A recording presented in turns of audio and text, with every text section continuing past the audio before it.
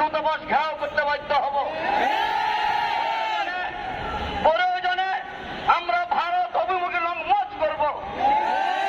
ভারত সুপরিকল্পিতভাবে সময় সময় মাঝে মাঝে মুসলমানদের বিরুদ্ধে, মুসলমানদের নবীর বিরুদ্ধে এবং উম্মাহাতুল মুমিনিন হযরত আয়েশার বিরুদ্ধে কটূক্তি করে মুসলমানদের ঈমানের পরীক্ষা নিতে চায়।